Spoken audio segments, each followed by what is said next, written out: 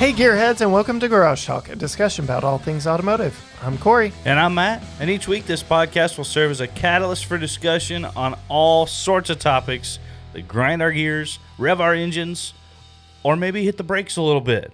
A little brake check action going there?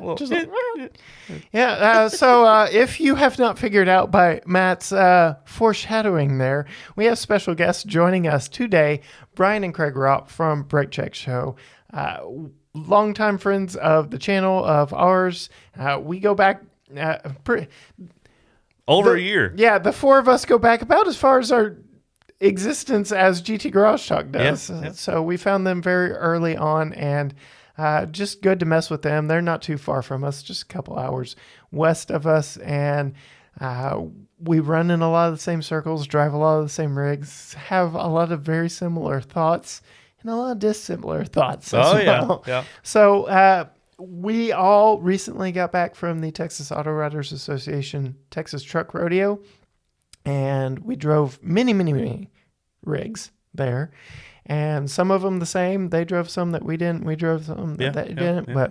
But we'll compare some notes from what we drove and kind of, cast a little vision of the future of what we expect from the industry. And why Cory's wrong. And we'll go from there. So Sorry, why don't we welcome Brian and Craig on? I'm just not going to acknowledge you over there, and I'll hit your mute button. I can actually reach that. So yes, without further ado, here are the guys from Brake Check Show. You're hitting the button? I'm hitting the button. Okay, we're officially recording. When the four of us are in the room together, there's no telling what happens. I'd much rather have it recorded and saved than not. Yes. And be wishing we had. So, all right, gentlemen, it has been a minute since we have talked, spoken. Spoken? It's been a while since I've talked, apparently, at all.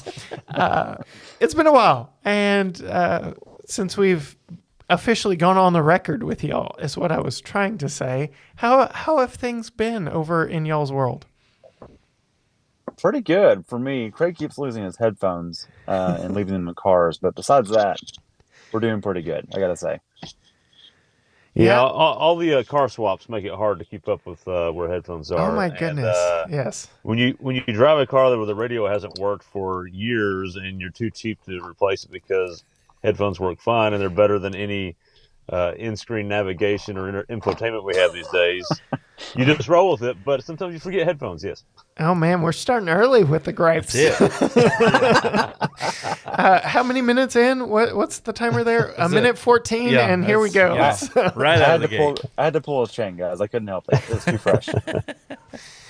No, you raise a good point. How many times have we had to deliver each other's garage door openers to one another? A couple of times, yeah. iPhone plugs, USB plugs, and all that good stuff. Or having two long-term vehicles at the same time, and both of us have hooked up Apple CarPlay to both rigs, being close to each other, and they're constantly back and forth. And So my phone's connected to his rig, and his rig's connected to my rig, and one of our practices now, anytime we film, is we're filming today. Turn the Bluetooth off and don't plug it in. Yes. Yeah. Yep. Very true. All right, so to keep us on some semblance of a track for today, first thing out of the gate is recently for us, we have all been to the Texas Auto Writers fall event, the Texas Truck Rodeo, where we've already got awards coming out from that, and it's really awesome to see. Like the Truck of Texas was 2022 Toyota Tundra, and we're getting a lot of press from that, and our two channels got a lot of content from that, and we drove a lot of similar vehicles while at the event. So the first question that I've just been sitting on, waiting to ask you, Brian, while we are recording, is you let it slip, and I want to see if it's still the case, that you are leaning, if not converted, to Team Wrangler, Team Jeep, since the Truck Rodeo. So please elaborate. I don't know that I said that or not. I think you may have imagined that. I'm not sure. Look, okay, we may have discussed this. I don't think it's in print, but we may have discussed it. So last time we spoke, I was really I just drove the 392. How can you not love the 392 Wrangler? Exactly. Absolutely. That's not really fair. But yeah, I left that really happy, and I did leave the entire event. In fact, I told Craig this on the way home probably 15 times. Jeep understands off-road. Yes. As a brand, they get it. And they all, they weren't all perfect, but they were all seemed to be for their class in the leading pack of their category Right. of vehicle. Right. And look, I still think the design of the Jeep speaks to me more. The interior and the exterior, I think it just seems more sorted. But we've since had the Bronco for a week from Ford. Mm-hmm. We had it a couple weeks ago, Craig. I can't remember, 2 weeks ago. Right. And I left it just thinking this is easier to live with every day. Yeah. And that comes down to front row comfort. The second row, they're about the same. But the front row comfort, there's a little more space. And that IFS, man, it is just sorted on the highway where we use these things most of the time. Gosh, it's hard. And look, my answer right now still stands with, if I had to get one today, I'd get a Jeep because I can buy one. Right. Whereas the Bronco, I can't. If they were both out at the same time and readily available, gosh, I really think it's down to which one is nearby with the features I want and color I want. And that's kind of where we'll go. Yeah. So that close. Speaking to the point of Broncos not being there, our buddy, good friend of the channel, ordered his launch week. He just this week got the picture of it rolling off the assembly line, and he will be getting it Thanksgiving week. So probably as you, our listeners, are listening to this live, we will probably have a Bronco, quote, in our possession or at our at quick reference for long-term tests. We'll probably bring Brandon on just to talk about the whole experience. But yeah, it's crazy. That was over a year ago that he ordered that thing. Yeah. And he is just now getting it. Like it's ridiculous. So yeah, I'm excited for him though. That's really good. I'm glad it's finally showing up and all that stuff. But about time. But yeah, it's about time. Yeah. So with the Eruption Green coming out for 2022, Brian, have you decided yet to pull the trigger on one? I know the green was kind of that. That was the gatekeeper, yeah. And I spoke to Craig about this last week. That I just need to go down and place my order. I think it's time to just do that. Bye bye Raptor. Well, that's the problem. Is I like the Raptor a lot. The more every time I go to sell it, I'm like, yeah, but it's so good. Yeah, and it's so basically paid off. So that's appealing too. But the reality is, if I place an order now, it's going to take a year anyways to get it. So might as well put the order in and there you go. Roll with that. Yeah, but you also keep sending me too many other vehicles you're interested in over text every day. I know. All right, so that's the disease. Yes, absolutely. Speaking of the Jeeps that were there, bringing it back. See what I did, Team Jeep. There you go. They had of the true off-road Jeeps. We'll go there. They had the Texas Trail Gladiator, and then they had two Wranglers, the 4xe Rubicon in Tuscadero pink, purple, fuchsia, whatever. Brian's favorite color. I'm sure. Did y'all even drive that? No, not at all. For what reason? The color or the fact that it was a hybrid? Yes. Okay. Yeah. And then the aforementioned 392 powered Rubicon Extreme Terrain or Extreme Recon, whatever the package was called with the yeah. I don't care what you call it. It's got 480 horsepower under the hood. So yes, and either way, a it V8. wins. Yeah. Yeah. Yep. So we've got a connection, previous guest of our podcast, who is leading the Jeep 4xe fan club on Facebook and Instagram and on Twitter. And he said people were asking, it's funny that we've been requested of anything, that Matt and I get behind the wheel of a 392 for Matt and a 4xe for me, just given our back and forth on EVs and whatnot. And so we talked to the Jeep folks there. Scott Talon, head of marketing, and he had a Polish last name, and I'm blanking on it. The head of the SRT team that was with the 392, and we made it happen. We took them out together with the Jeep guys riding with us. And wouldn't you know it, it wasn't until we got back and I started editing the video. I'm like, I never drove the 392. And I'm so upset about it. I was like, man, how did I let that happen? And we had technical issues and we had to go back around. We did the loop like twice and then the uphill climb 3 times. So yeah, I felt like we were getting greedy and I was like, we better take these Jeeps back. Yeah, we had both of them for probably pretty close to an hour. Yeah. That's why we didn't get to drive it. Yeah. Oh, yeah. Okay. Is that what it was? That's why we took it the next day and went on the road with it. Yeah. And we skipped the hybrid. Said, look, we got to pick one. Yeah. Let's just get the lab one. And that's what happened. There you go. I am eat up inside that I did not get to drive it. I did get to sit in it last year, the concept, before it was like reality. Scott Talon let me fire it up, and they were joking about me driving away in it. And I was like, if you turn your back, I might be gone. It may happen. Yeah. It may happen. Don't tempt me in that way.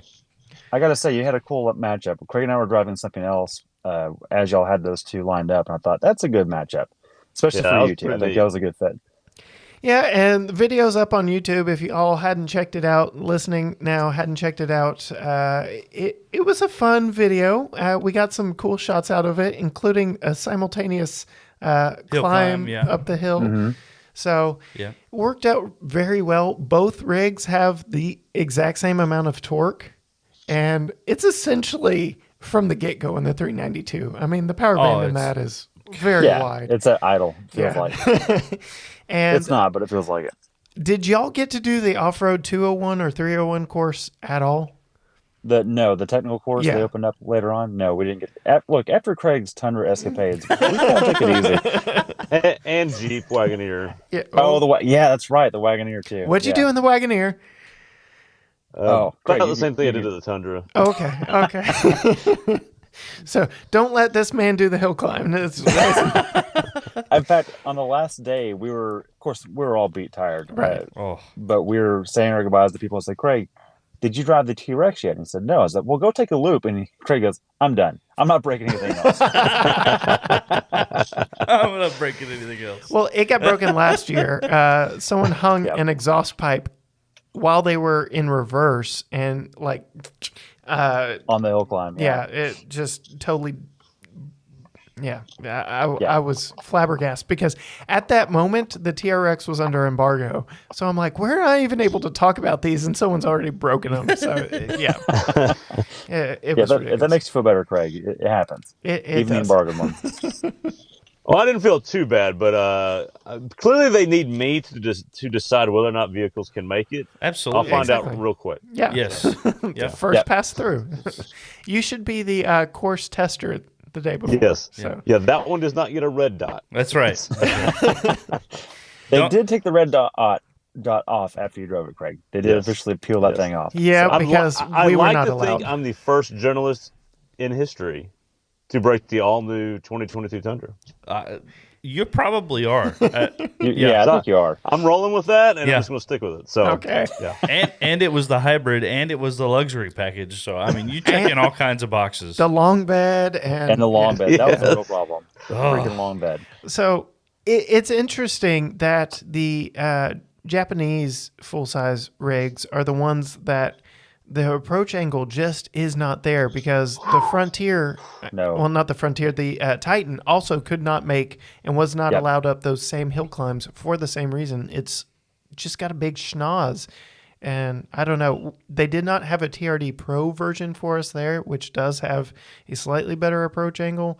But even still, I'm like, I don't know. You really got to lift those things or rip the bumper off the proper way to get. Well, Craig cleared that one. It was ready to go after that, but for some reason they didn't want to keep going.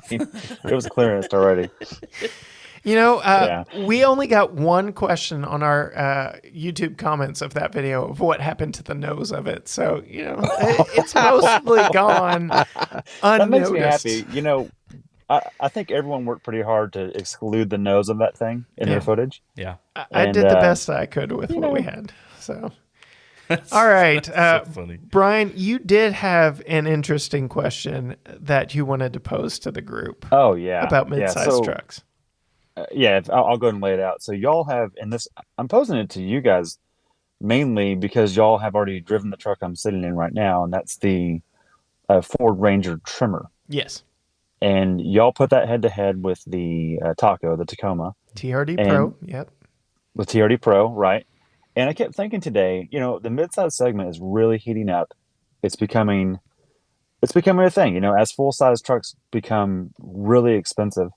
All of a sudden, what used to be the cheap midsize, or when we were kids, the Rangers were all cheap. Right. But now this thing is almost 50 grand. It's 47. Now it's a compressor, so it's maxed out. But right. Still, you're going to spend 35 or easily in one of these things or more. And it makes me think, well, which one's the one to get? I've always liked a lot of these, really. But when you think of the segment, you've got Tacoma, you've got which is long in the tooth now, due for an update soon. You've got the Frontier, which is all new as of this year. Yep. All new-ish. Yeah, Ish. Same platform. Everything else is new. Right, all new except for the frame, but everything else is new. Yeah. So, and we all drove that at the rodeo, so that was on our mind. And then the Gladiator, which you mentioned earlier, the Texas Trail, and then what else do we have? The Ranger, and then the Colorado and Canyon. Those are the twins there. Right. Both long in the tooth as well. Yes. Yes, absolutely. But the Ranger's also long in the tooth. So I know we got it in 19, but it was 10 years old at that point. So So anyways, my whole thing is, like, if you had to go buy one for, realistic money, let's say 40 grand, if you had to go buy one at that dollar amount, what are you going to get? And Cory, let's start with you. What would you get for that money out of the mid-size truck segment? Like I told you when you asked me online, I already have my answer picked out and ready to go. In that, let's hear it. The all-new 2022 Nissan Frontier. Okay. I left the Texas Truck Rodeo fully blown away, expectations surpassed with the entire Nissan brand, because we also drove the Pathfinder while we were there, the new Pathfinder. And the Frontier, we also have a video of that going head-to-head against the Gladiator. Matt and I took those out, and I was thoroughly impressed with the Frontier, and it's the cheapest of the bunch. So you put a 40 grand cap on this hypothetical scenario, you can get a Pro 4X for that money. You cannot get anyone else's maxed out off-roader for anywhere near that. Like, the trimmer you're in, 47. The TRD Pro that we took out, 48. The Texas Trail Gladiator, which was very low on the totem pole, was 49. So, and still doesn't have lockers. Yeah. Which is insane to me.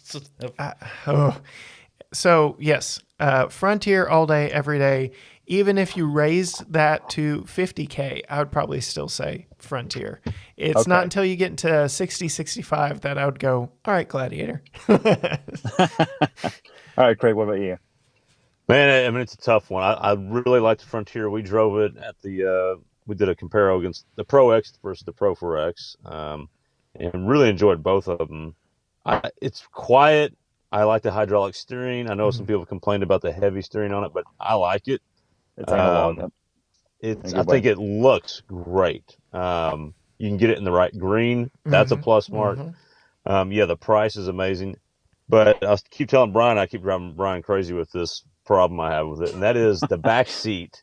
The angle is so straightforward and upright. It's awful. It is unbelievably uncomfortable. There's no way I would even put one of my kids back there. Taco was about the same way with backseat comfort. It just... Yep. Yeah, and I've been in Taco. I've been in the back of a Gladiator. I haven't been in the back of the Ranger yet. They don't seem as bad, but the Frontier seemed like the Taco and the Gladiator like borderline. The Frontier was past that, and it was like, you can't use this. This is not usable. This is just storage back here, and so that's an issue for me. Man, it would be the Ranger is compelling, but it's old. Yeah. The Colorado's compelling, but same story. Old. Yeah. Man, I really think I would probably I really like the idea of a Tacoma because of the manual. Yeah. And you can get a Yeah. TRD off-road, not a TRD Pro, but for around your 40 grand number, a TRD off-road. You can get the green with the manual. Mm-hmm. Man, I think that's where it'd end up. All As right. much as I like the Gladiator, maybe a Willis or something, but you don't have a locker, and man, that's a factor in the IFS day to day. Would be nice. Yep. And Matt? just quietness, because doors off is awesome, but if it's your primary daily, it's nice to have quiet doors, things like that. Yes. So, So all right, Matt, what about you, man? the only one that I haven't driven actually is the Frontier, but I will say when it comes to price point and you put the 40,000 price cap on it, I'm going Frontier all day. If it's no holds barred on a price point, I'm going Gladiator. And Whoa. well, and here's the reason why. When it comes to the fun factor, the Gladiator cannot be beat. Sure. Doors I'll agree with off, that. top down, off-road capability. It Yep. cannot be You touched. want it. And you can do all of that with a manual. So Yeah. it's that's pretty just, cool. the capability is there. The fun factor is there. The Ranger is going to be super comfortable and real easy to drive in town. And as far as a day-to-day rig, absolutely. But if it's a fun factor thing, if it's a rig that I'm going to get in and have fun with on a regular basis, I'm going Gladiator. And it's just really hard to beat the price point of that Frontier. Yeah. I was blown away when we started talking price on that Frontier. I couldn't believe how much it undercuts the It competition. really does. Right. It's almost we- the old Hyundai Kia trick. Mm-hmm. They've undercut people Yeah. so much that it's yeah. a really good bargain. Yep. And I think it's what Nissan needs right now, just a shot in the arm to get people to say, well, you know what, I'm going to $8,000, I'm going to go try it and see, and then figure out, okay, I could do this. So, yeah. But you know what's interesting is that Nissan has kind of reinvented themselves ever since the whole Carlos Ghosn, CEO problem, fleeing the country situation. They're kind of like, don't look over there. All of a sudden, we've got a whole portfolio of cars that we haven't updated. Let's just update them all at once. Yes. Yeah. And that's kind of what's happened, and they all look pretty good. I mean, I think they all look rather attractive. They don't look like angry toasters. A lot of times you get designers that just go too far with stuff, and they're livable, right? And the Frontier, it's like a known commodity. I mean, its bones are old, even though it looks fresh and it feels fresh. Yeah. And it's much more refined than the old one, but mechanically it's going to be easy. Yeah. And much like you, Corey, I was searching Frontiers today actually, and I was like, man, I found a green one for $38,000, Pro 4X. And I'm like, if the Gladiators just are more than that, even though I think they are more fun and I'm really appealed to them. But I'm torn because you can also get a Ranger 4-door, 4-wheel drive for like $33,000. So that's compelling too, to get a cheapo Ranger. But Frontier's probably where I'd land as well. Yeah, the Ranger daily livability, we had that exact one for a week. Yeah. And I think because we had the taco at the same time as it, I think I probably had it 4 or 5 days. I had it a good chunk of time. Yeah. And it's in the cyber orange, and I love loud colors. And it was a very comfortable, livable vehicle that, in that loud color, kind of fit me. I was kind of okay with it. Y'all had mentioned not necessarily driving all of them. I am yet to get any decent wheel time in the GM twins, and y'all actually said the last time we spoke that the ZR2 Bison was perhaps one of your favorite vehicles of all time.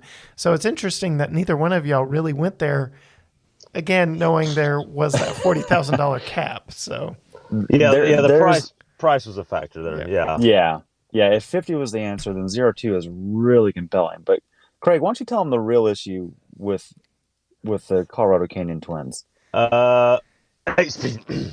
Yeah, the 8-speed trans. It's we didn't really know it at the time. We had a lot of people comment on our videos, and we actually had that ZR2. I don't know if y'all remember, we had a massive ice storm about almost a year ago. I seem to recall something of this sort. Yeah, you may have seen on the news. It might have been a power outage problem here and there, and so we ended up having that thing for 3 weeks because General Motors called us and said, by the way, we're not picking cars up. And I said, okay. And then a week went by. I didn't hear anything. And I got an email saying, oh, by the way, we're still not able to get to your car. Do you mind keeping another week? I said, sure. Twist my And arm. yeah, twist some more. I'm And so so we sorry. drifted it more in the snow and ice, and we, did our things with it and really liked it. But I will say, we were done filming it, and by week 3, it started shifting a little bit weird. It wasn't horrible, but it was, something was up there. And we did a little research on it, and apparently that is a problem. So I'm a little gun shy of that as a ownership proposition, at least out of warranty. But man, what a great truck. I thought it was really cool. It was really quiet as well. In fact, I'm sitting in the Ranger now, and Cory, I like it too. I like the color. I like the ergonomics are just on point in here. And this feels a little less refined than the GM. And that's because the GM's actually newer. Yeah. And even though we haven't had it, we've had it longer, but this truck has been on a global platform, the Ranger platform, for since 2011 or 12. So it's not quite as refined as the GM. I summed it up in the fact that it was everything old school Ford that I disliked about Ford. The gauge cluster was like the previous gen Expeditions that I just couldn't stand. Yeah. Oh man, The 2 D-pads on the steering wheel to control either side of the instrument cluster, and it's just too much going on. A little too old school Ford for me, and the boo-doo-doo all the time. Like, shut up, all please. The Euro Ford chimes. Yeah, just turn them off. Just turn them off, please. So, very interesting. All that being said, for 40 grand though, I'm probably not shopping the mid-size pickup truck segment. I'm just. Oh yeah. Yeah. I would go full size. You're flirting with full size money at that point. That is true. And Brian and I talked about that this morning. You start getting 45, 47 like this Ranger. Then all of a sudden it's like you can get a full size XLT or a Silverado Trail Boss, or you're starting to get into some full size territory that they're not as maybe not as well suited for the trail, but way more capable everywhere else. Yeah, with no mileage penalty. And those back seats. That we've complained about in pretty much all of the rigs, except for maybe the Gladiator, non-issue in the full-size rigs, at all. Yeah. So, very interesting. At 47 grand, the Trail Boss is a real problem for this truck, for this Ranger. Yeah. So, and the mileage, by the way, was better than the Trail Boss in my daily drive. So with the 6-speed. That's with insane. a 6-speed and the 5.3. That's insane. It's terrible. A little turbo Ford can't keep up with a full-blown V8. Yeah. So I'm curious what you guys would say or think. So we have a brand new refreshed Frontier. We have a Tacoma that's 3 generations old, seems like. Essentially, it is. The Ranger that's, they just keep adding packages instead of revamping it. Until next year. The Colorado Canyon Twins are supposed to be updated for 22 or 23. There's a big mid-size segment, half of which have big brothers, and a couple of those have a little brother as well. Now with the Maverick and the Santa Cruz and the Ridgeline, do you see, I guess Ford's the only one that really has a compact pickup at the moment of those, but do you see a shift away from, especially with Ford, away from the Ranger completely, or do you think there's still a market there for that mid-sized truck? Oof. Man, I think there's still a spot there. And the reason why is because some people still want a small truck that tows a lot. Yeah. And that's one thing the Ranger's really good at. It has a 7,500 pound tow rating, which is right there with the Gladiator. But not that you would know it on that one because there's no hitch on that truck. Well, he's still salty. That. Yeah, they want to tow hook instead for some reason. But anyways, yeah, I'm with you on that. But the point being is that the Ranger still fills I have to park it in the city or maneuver the city, but I do have a trailer that's heavier than what the Maverick will tow. Yeah. I do think they're going to cannibalize a little bit along the way. There's going to be a byproduct of that. I don't think it's going to be as much cannibalism as we think, and here's why. I think because, look, we're in a world now where Ford and Chevy, or Ford and GM, your 2 biggest auto manufacturers in the States, practically just don't make a car. Yeah. Right. So in the true. in the old days, that Maverick would have been a Focus or a Fiesta. Yeah. Those cars are gone. So Yeah. the Maverick's really taken that space, not so much the Ranger space. I think. Yeah. I hope, That's because a good I want point. the midsize segment to continue to be strong, and I'm glad it's back and there's all these players in it because there's a lot of cool trucks there. But that's my hope and my guess. But maybe it's more of a hope. I don't know. I will say this. We had a comment on our Santa Cruz video of a happy owner who tows a camper with his Santa Cruz and sent a video and everything. And I was like, wow, that's actually quite impressive. That's awesome. So they're more capable than we give them credit for, perhaps. I don't know. What did y'all get to drive the Santa Cruz at all? I know that was a very hot vehicle to get a hold of at the rodeo.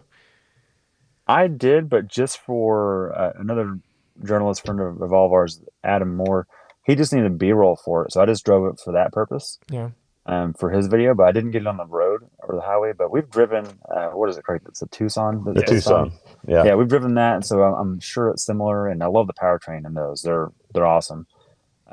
So no, but we didn't get to shoot it though. We didn't get it on film. We didn't get to review it. But of course we climbed through it and played with it. I think it looks awesome. I think it looks better than the Maverick. Yeah.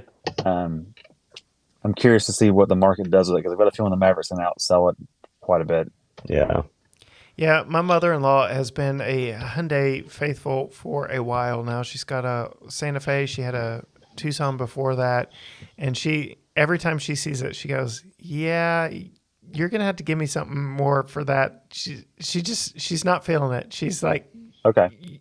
she would need rebates and incentives to jump into that. I think Hyundai's gone a little extreme on the styling, maybe. For her, I think it's just, I don't know. I personally love the direction Hyundai, Kia, their design philosophy is going. I've got two words for you why the Santa Cruz beats the Maverick. Yeah. Crotch chillers. Oh, Ball man, chillers? that is true. That is true. Hey, let me let you in a little secret here. I've got a secret hypothesis, and that is that Craig is waiting for the Santa Cruz to get rebated or just used enough, because I'm not sure if you guys knew this or not, but Craig, my dear brother Craig here, he loves an underdog. Yeah. And he will love a car 3 times more if it's not on every street corner. And it's not about being unique. It's about, is that really necessary? F350 King Ranch. Do you really need that to drive to the grocery store? Right? All those kind of pragmatic things. Sure. Yeah. And Craig's first vehicle was the 1983 Plymouth Scamp, which is basically a smaller front-wheel drive El Camino. Yeah.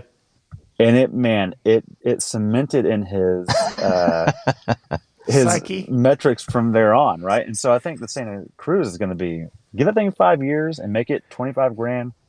Whoo! He's going to have one. I'm telling you. He might have 2. I don't know. He might have 2.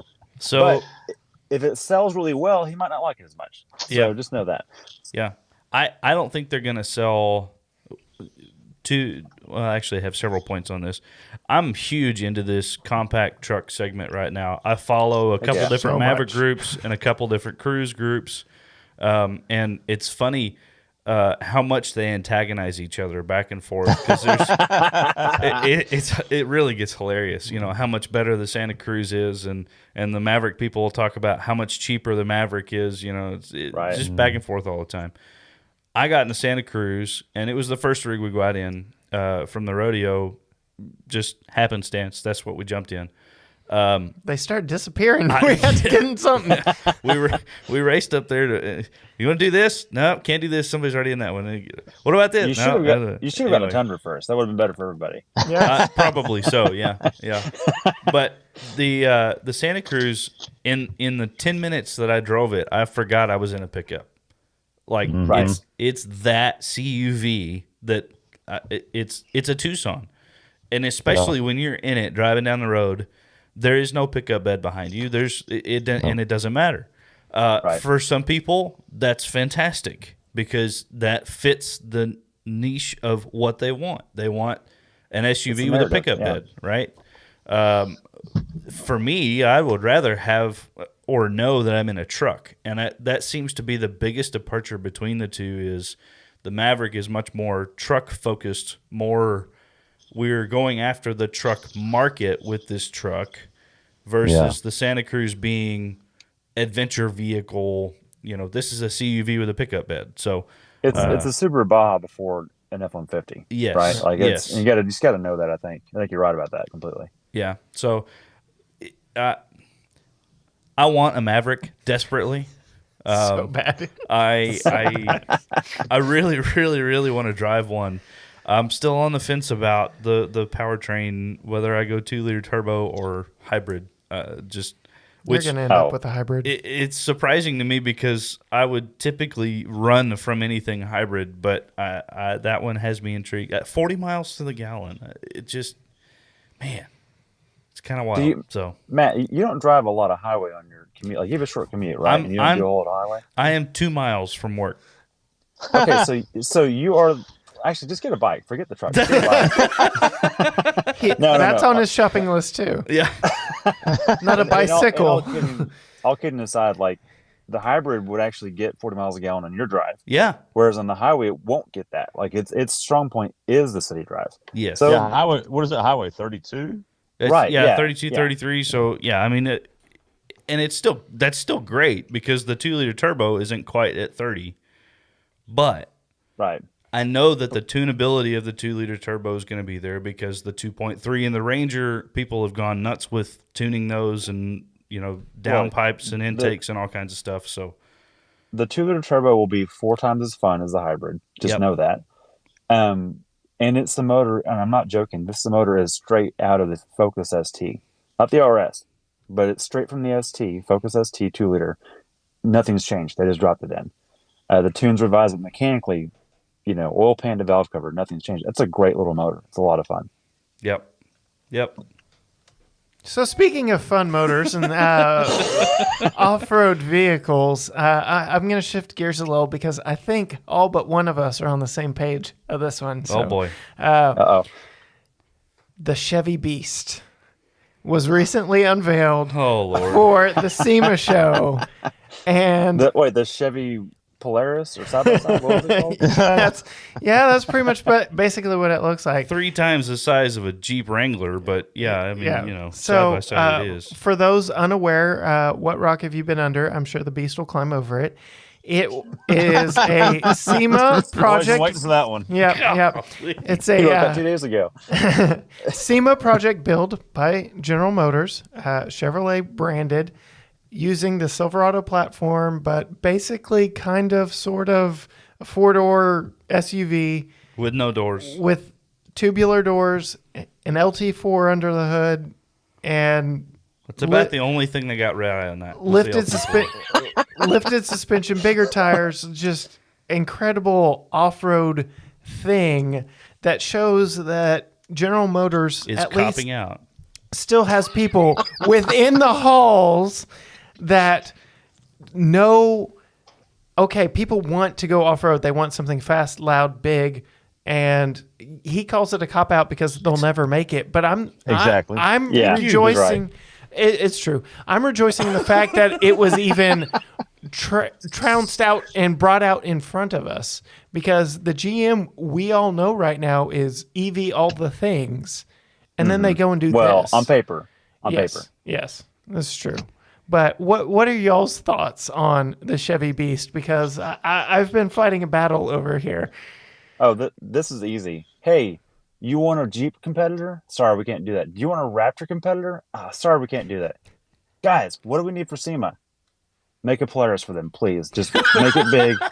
Put tires on it. Put the Corvette motor on it. We'll never make it. Yep. But it'll at least get a headline. Yep. And it did. It did. It did. And I do think it's cool. Here's what I'm more excited about, and that is the Bronco DR. Okay. Which Desert Runner. Just as pointless. No. Listen. Desert Runner, 5-liter Coyote in it. Yep. Right. It's got the Multimatic shocks on it. And here's where it's different than the Chevy Beast. They're actually making at least 50 of them. That's true. They're going to be $250,000 a piece, but we want to see it. Actually get it. So well, we might see them at a show or something, but that's the extent. Oh man. Oh. No, honestly, the Beast is cool. I wish they would make something that was, like I said, Jeep competitor, or maybe make like a proper Blazer. I don't know, just an idea. Yeah. It sure would be nice, right? It'd be so cool. I'll say this: it is cooler than the Tesla Cybertruck, Yes. Oh yes, yeah, Yeah. which I'll they'll give you also that. never make. You heard it here first. yeah. The issue I have with it is, and to Corey's point, yeah, they took all this cool tech that they've got laying around on the different shelves in the different departments, and they put it all together, and they made this awesome truck. And to his point, look, this is what we can do. And to my point, look what we'll never do. Like, Right. you've had the ZR, the Z71 package. Now you've had the Trail Boss, and now we're adding the ZR2 to it. And each of those comes nowhere close to what this Beast is that you're taunting and showing off and everything else. And every bit of those parts would bolt right into that frame rail. So what's the problem? It's the same frame rail. Yeah. It's just, it's a I take your point on that. Like the ZR2 is a really cool trail rig, and I'm excited about it. But it's not a T-Rex or a Raptor. Nope. It's not the same category. Nope. And so we know they can do it. Just do it. Yep. Like Chevy does great work, man. When they put they've got some killer engineers on their team, some of the best chassis engineers in the world, and they just, I don't know why they won't make something like that, because they would sell all of them. Oh, yeah. Every single one of them. It'd be amazing. Even if you priced them at $85 or $95 or $110,000 like the H2s, I mean, yeah, they'd be gone. Stupid Hummer EV. Freaking summer EV. Oh, it can crab walk. That's great. Yeah. You'll never get one, and it'll cost an arm and a leg. Yeah. So, Right.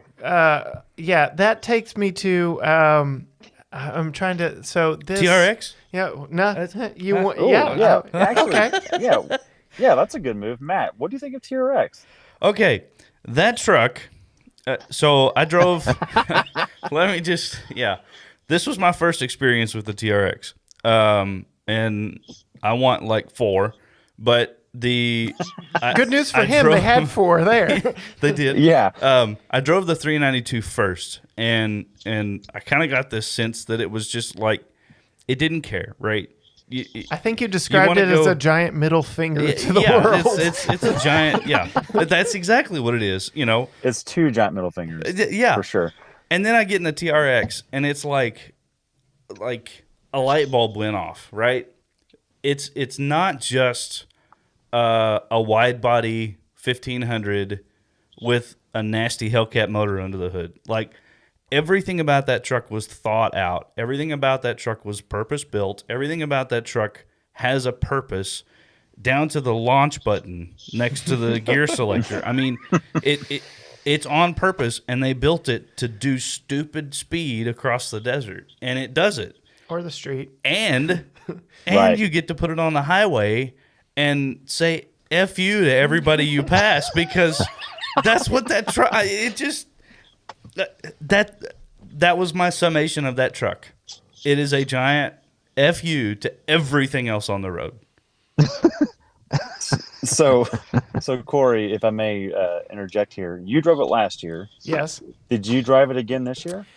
No, I rode along this year. Okay. I will say I did drive for the first time and fell, I'll say, smitten with, which doesn't sound right given what I'm about to say, the Power Wagon. Yeah. Like, Oh, Craig can comment on that. Yeah. I thoroughly enjoyed the Power Wagon to the point where if I'm spending my own money, I'm deeply torn between TRX and Power Wagon. Ooh. Which is saying a lot because I really like the TRX for all the aforementioned points Matt just made.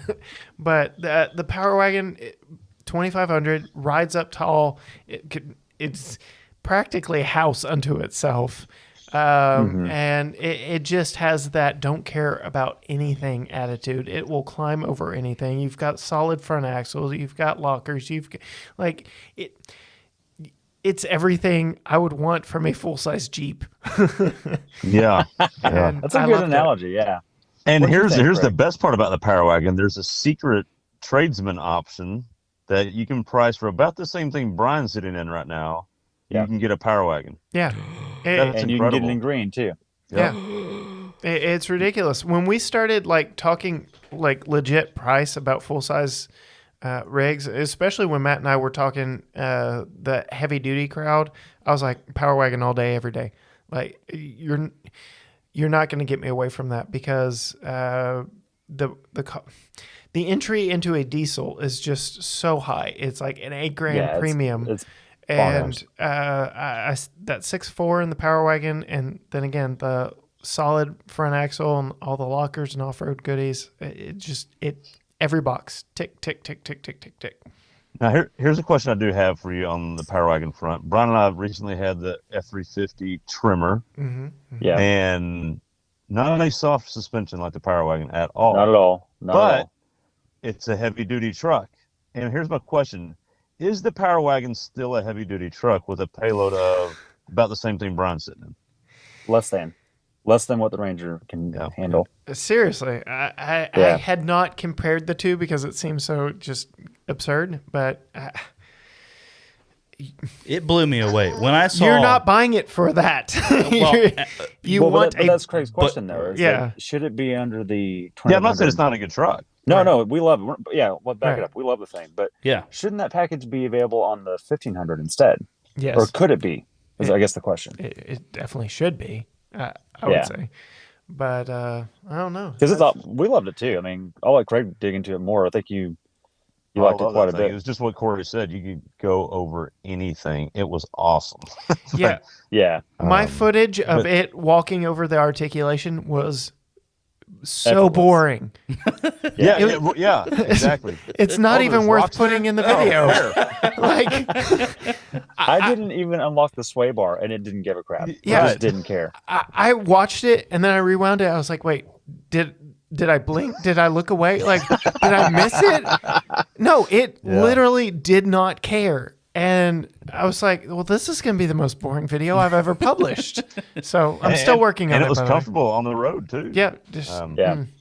I loved it. Well, that's that soft spring goes to that as well. And it doesn't wander. For a solid front axle, it doesn't wander like the Jeeps do. And on that note, I want to bring it back to the 392 for a second because there's parallels here. We did that review. In fact, I'm editing that right now. It should be out later this week. We did a on-road and off-road review of that. And again, one of the cars that Craig was not particularly excited about. He was like, it's kind of this. It didn't make a lot of sense on paper, I don't think, to him. And then, when we got to the road portion and he started it up, he went, oh, this is great. Like immediately, he was like, this is awesome. Yep. Off-road, when we drove it, I was driving off-road, Craig was driving on-road. Off-road on the first obstacle, like you said, Cory, it was boring. Yeah. Like it was like, well, this wasn't a challenge at all, and this is before the technical trail was opened up. Right. And so we did the loop, and I thought, let me do the loop again, and I'll put it in two-wheel drive. Well, then I learned that it's only 4 high or 4 low. You can't do two-wheel drive in that thing. And so I did it in 4 high. It was a little more entertaining, but not really. So then we decided basically to put it on the road. And last night I played back the launch footage, Craig, of you launching it on pavement. Yes. And it smokes front and rear tires. Oh, yes. Just like the T-Rex did last year when we filmed it. And it's Series 60 and 4.5, which is not far from the T-Rex. I mean, it's a Jeep. It's such a riot. It's just a complete hot rod. And I think Craig said something along the lines of, it's a Mustang GT shoved into a Wrangler, and it's amazing. Yep. and how many guys are going to go out and shatter Dana 44s all the time in those rigs? All of them. Look, if you can buy that, you can buy another Dana 44. That's true. Right. Very true. That's right. Very true. All right. Super cool. That thing was awesome. Yeah. So we've been chatting a while. We'll do maybe a quick round robin of some things that you've driven lately that you've really liked, or something that's on your radar that you're really interested in. We're creeping into the auto show season. LA Auto Show's coming up. SEMA just happened. There's a lot going on. We haven't even talked about Corvette Z06 yet. So, oh man, yeah. What? Okay, let's park here for a minute. Craig, you're outnumbered here, buddy. Good luck. No, he's not. No, I think it's a split decision over here. Okay, all right. Well, look, the Z06 is, we've been through this before. I think we may have talked about this. I'm not sure. We talk about cars all the time. I can't remember if it was on a podcast or a phone call, but it's amazing. Okay, I'm just gonna get this out of the way. It's amazing. Yes. I love what they did. I love that they figured out what Ford did in 2017 to the Shelby GT350. Good for them. Slow clap. Yes. I love it. However, here's my problem with it. And as incredible as it is, it's a car that's so far out of most people's reach. I'm just not that impressed. It's like It doesn't speak to you. It's like when a new Ferrari comes out. Oh, that's cool. Yeah. I'll never touch that thing. Yep. I mean, I don't know. And they're still amazing vehicles, and I love reading about Ferraris and McLarens and Porsches and Z06. But I don't get personally excited about them. Does that make sense? Okay. Absolutely. Okay. Yeah. All right. So circling back to the question, what have you been in lately that has excited you, or what is on your radar that what have you seen lately? What is of interest to Craig Robb? You know what? We've been in a lot of fun things of late in different categories, from heavy duties to now mid-sized trucks to SUVs to some other stuff, and then of course the truck rodeo. Man, what's probably wasted the most amount of my time on a building price would be the Bronco. Okay. And that's and I mean that segment. So that Broncos made me build and price so many Jeeps and so many Broncos. Yeah. Trying to figure out the question at the beginning of this podcast, Team Jeep or Team Bronco, and I don't know which team to pick. Like Brian says, I wish they were both available right now, and I could go compare them and get one that I want. That's on a lot, but the supply chain issues are really messing things up. But the Bronco is so compelling because it's such a fun vehicle that has all the Jeep fun with it. But I can drive to work and not be annoyed. And that's a party trick. That is hard to pull off, and they did it. Yeah. So. Brian? Yeah, good point. Oh man. I mean, I don't want to steal Craig's answer, but I'm gonna give you an answer and a half. The Mach E really impressed me. And impressive. Okay. Yeah, look, y'all know me as the have fun plugging in your power wheels. I'm gonna go do a burnout with this, with some fire over here. And I still feel that way. I still enjoy those things. But the Mach-E really, it clicked with me, and that this is a really good option for a lot of people. Yes. And I'm not saying I'm the best test case for that, but Cory, you had the same car that we had. You took it to Amarillo, and you had a heck of an adventure. Craig took it to West Texas and followed the plan and didn't have the problems you did, thankfully. Right. But I think he also had maybe a different route, may have made a difference there. But it proved to us that, the biggest drawback to EVs is that you can't just say, let's go on a trip and drive and see where you go. You have to plan it out. The grid is not by and large there. If you live in an apartment, this won't work for you. But if you have a garage, and we did plug into the dryer plug in our garage, and it charged just fine overnight, and that worked for us. We learned from you guys. We bought the right plug before we got the car, so it worked out. But it clicked with me that if you sit in stop and go traffic, and you just don't like driving, this is going to be awesome. It feels nice. It feels compelling, and there's no shift in the stop and go rolling traffic. There's no 10-speed transmission problems. You can't pick a gear, right? It just has it figured out. So it doesn't feel like a Ford at all inside. Like I got in it and I was like, "This is a Ford." Like right? Yeah. I was blown away by the interior. It was truly an impressive rig. Yo, I think it's the best interior Ford's maybe ever done. Yeah. Now it's still missing ball chillers. That's still a real problem, but they'll figure that out. Yes. But pragmatically, I've been most intrigued by the Bronco because, like Craig, I keep looking at him, and I'm probably putting a deposit down here shortly. So. Well, there you go. Yes. Yeah. Matthew. I'm gonna twist your question just a little bit, and I know because I don't really have a direct answer for you, but Cory's shaking his head for those who can't see that.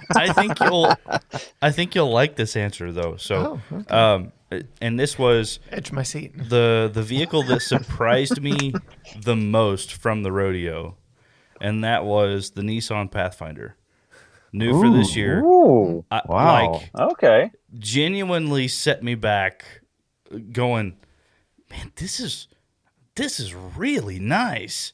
This is really good. This is, wow. Like, genuinely surprised me because I got in it going, okay, it's another CUV. Like, yeah, it's been updated. It looks nice on the inside. No big deal.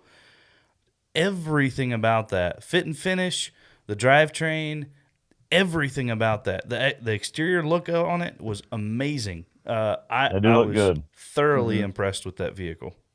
Interesting. Did not expect that.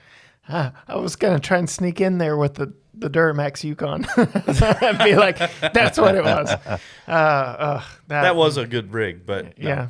Yeah. So for me, I would say I spent a lot of time on B&P for the Frontier, especially after going back and editing that video. I was like, this can't be right. I had to double, triple check the math before I put it in a video and uploaded it. So I will say for me, it was the Nissan Frontier just blew me away. I had to double and triple check the pricing before I published a video saying that it truly undercut the competition by that much. It blew me away, and blew me away that, like, it had everything I wanted for relatively cheap. So that one was one.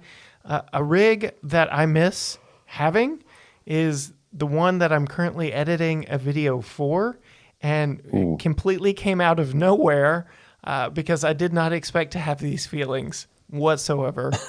And that was Ford. That was the Ford Expedition Max. Like, I miss it. My wife misses it. My son misses it. I don't know what happened.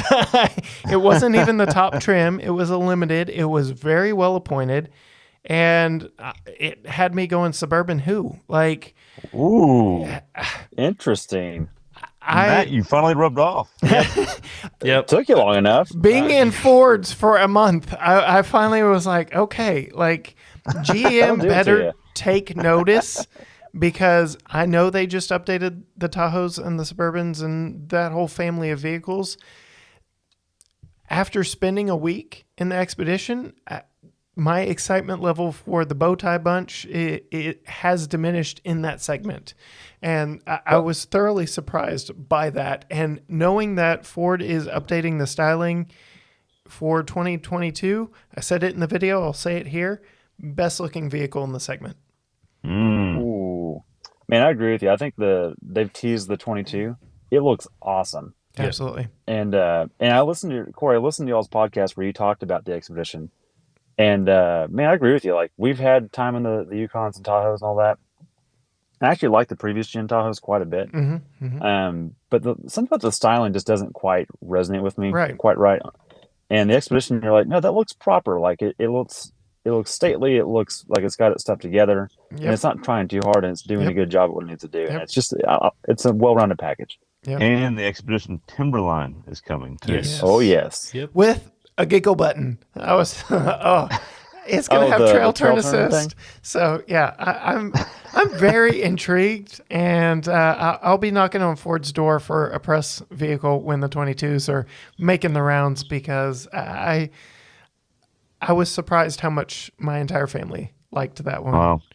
So cool. Your podcast talking about it with you guys talking on the episode made me wish we had that press car. I almost called Ford and said, can we swap one of these for the Expedition? Yeah. That sounds awesome. I think y'all had the Bronco at the time, and I was like, wait a minute. What's going on here? Like, Bronco, please, over here. Yeah. Because if we had one, there are only like one or two in town. I've spotted one. Yeah. There's a blue one over on Grande. It works over on Grande. Yeah. So there's a gray one in Lindale. we would be followed. He knows where they're at. Yeah, we would be followed around if we had a Bronco over here, for sure, because I still see all the comments in the 903 Jeep Club. People will post a Bronco Sport and be like, these things are smaller than I thought they'd be. And I'm like, stop. Just stop. It's the wrong one. I still get text messages. I saw a Bronco today, and I just go, you probably didn't. Yeah. No, you didn't. I have seen multiples now in person on the road driving places that don't have dealer tags on them. So I know that Yeah, they're out there. I know they're beginning real to, now. Yeah. They exist in reality. Only took them a year. I will say this will be the last thing, and then we can wrap it up. My absolute favorite thing that I've driven recently, no surprise here, Chevy fanboy, C8 Corvette convertible. I loved it. I loved it. I loved it. And Great car. I've been on Build and Price. I'm like, I could get one. Not that much. If I sell my kidney and then maybe, but You don't need both of them. I mean, I know. you can still live with one. To be fair, the all around package for the price is practically unbeatable. The looks I was getting in that one, we had a rapid blue which stood out like crazy. That looked good. Really good. Where we were filming was actually up on a hill, and there was a little crotch rocket who was zooming back and forth. And when we got it out on the road, he actually challenged us to a race. Thought he could beat us. So, yeah, I loved that thing, and I wanted to keep it, but the $40,000 markup on it was a huge deterrent. So, yeah, there's that. That's a whole nother car of markup. That's just so much. Yeah. It was ridiculous. That one was selling for $130,000, and I believe building one exactly how I would like it, which was practically the same, was around $89,000. So Wow. yeah, Wow. The one we had last spring was like 80 and change, something like that. But the fact that in theory you can get one for 60, although I doubt you'll ever see one at that price, right. is it's on the edge of, if you really pushed and you placed an order and all that kind of stuff, you can still do it. And to Craig's point, the Z06 is going to be six figures. We know that. But the Z06 is on paper going to solve the only problem I have with the C8, and that's that the motor doesn't feel special enough for how great it looks and performs. So I'm excited for that. That's why I'm on your side, Cory, of the excitement for the Z06. Yep. Even though they did just copy the GT350, I'm glad they're doing it. So Getting on a podcast with all these Love it. Blue I love Oval it. fanboys. I love it. I had to put that in there, Cory. That's for you. You guys should Cory, come Matt, on more Matt often. call us ahead of time and told us to do all this. So Your check is in the mail. How much was it? Finally. All right, gentlemen. Well, it was absolutely great catching up and talking with y'all yet again, comparing a little bit of notes from the Texas Truck Rodeo and a little bit since then. Looking forward to seeing y'all in person yet again. Probably, if we don't concoct something amongst ourselves, we'll be at Texas Motor Speedway for a little auto roundup, if I'm not mistaken. So very much looking forward to that. It's always fun when we are recorded or get together in any way, shape, or form. So thank you so much. Won't you, if our listeners for some reason have not figured it out by now, how to find you, why don't you let our listeners know? Or Go our ahead, Brian. viewers. Oh, okay. I'll get this one. BrakeCheckShow.com, and that takes you to everything. So BrakeCheck Show, that's our handle. Awesome. Makes it super easy to find them. We're so grateful to Brian and Craig. Thank you guys so much. Y'all have a wonderful evening. I know we've kept you up. So thank you guys. We'll see Guys, you. thank you. We appreciate you. Have a good all one. right, bye. So it is just always a very fun time chatting with those guys and catching up with them. It's interesting to see, the Venn diagram of our likes and our dislikes, how when you get the four of us together, where those circles overlap. Oh, my goodness. And the ones that you don't expect to overlap are perhaps the most fun to deal with. But those guys are a blast. Good friendship in the making. I know you're working on some stuff with them for the future. So just more to come. If you have not subscribed to their channel, please do. They put out good stuff. It's fun to watch them, and it's fun to poke the bear a little bit with them as they do back with us. So yeah, there's all that. Matt, what are you looking forward to? I guess we can spill the beans here for our listeners.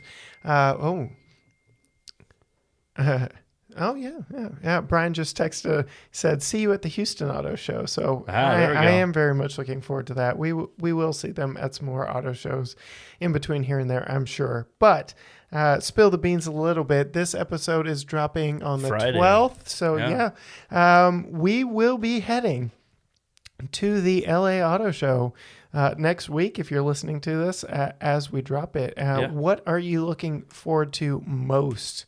There hadn't been a lot announced as to what will be there, but we know what is new. We know what is rumored. There's a Range Rover has dropped that there's an all-new Range Rover. The two-row Jeep Grand Cherokee is out. Acura's unveiling the Integra this week. So, like, I'm beyond certain it will be there. Like, what are you excited about for this quick little business trip you and I are about to embark on? Well, to be honest, I'm excited that it's both of us getting to go to the auto show together. I think this will be the first one that we've managed for both of us to be at the same place at the same time for an auto show. So for the sake of GT Garage Talk and what we're doing here, I think it's going to be a lot of fun just being together and experiencing all that. I haven't seen many rumors about what is yet to come. They're keeping it pretty hush. I'm pretty open-minded to whatever ends up being there. Although you've mentioned it more than once. Be ready for a lot of EVs. Yes. Over the EVs. Yeah. So California is the reason why we're even talking about EVs as much as we are with their mandate by 2035 that everything sold light duty in the state will be an EV. Ridiculous. Or hydrogen or not dinosaur powered, basically. It's ridiculous. And the Hummer EV, I'm excited to see it. We've seen a lot of coverage on it. I want to see just how massive it is. I want to, see. So with the C8, we saw what General Motors can do with interior design and materials. Hands down, the best interior in a GM vehicle ever, I think, as far as build quality, materials, everything. The Yukon Denali XL was pretty sweet on the inside, too. Yes. I'd say the C8 trumps it just because it was leather everything and navy blue leather. So I was maybe a little biased there. So there is that. I do expect the Z06 to make an appearance. It was at SEMA. It should be at LA, no problem. But just looking forward, to wearing my GM fanboy hat a little bit, but also seeing, what the other brands are bringing. Like I said, the Integra, long awaited, that Acura would bring back that nameplate. It's going to be a crossover of sorts. Yeah. What exactly it's going to be, look like, power, all that yet to be seen. But very excited about just kind of seeing the revival of maybe some nostalgia from our coming of age years. Right. I don't know. I'm excited to be at the show. Auto shows have been scarce or different. This one's going to be a little bit different in its own right. But just looking forward to getting in the swing of things. And like Brian said, Houston's right around the corner. We'll go to that. DFW for us was one you and I had previously gone to before GT Garage Talk even started. Yeah. That was canceled last year. Looking forward to possibly having that again this year. And then, there's New York, there's Chicago again. There's all kinds of good stuff. Detroit, will the big ones happen? And what will be there is yet to be seen. But I'm very excited. With our time in the Mach-E, as Brian mentioned, it was fun. You came around on it in our time of driving it. It will be interesting to see what else is there. What's the next thing? Is Chevy gonna finally show us the Silverado EV? I believe that's actually going to be a January unveil, but maybe, who knows? So anyway, Gearheads, we thank you so much for listening and checking in with us. As always, if you found us here, you know where to find us, but behind the scenes stuff of what we're driving, what we're doing next, both on Facebook and Instagram at GT Garage Talk. Everything we do is at gtgaragetalk.com. We referenced many vehicles that we've driven lately. Head on over to youtube.com/gtgaragetalk. You'll find everything that we've driven there. And until next time, bye.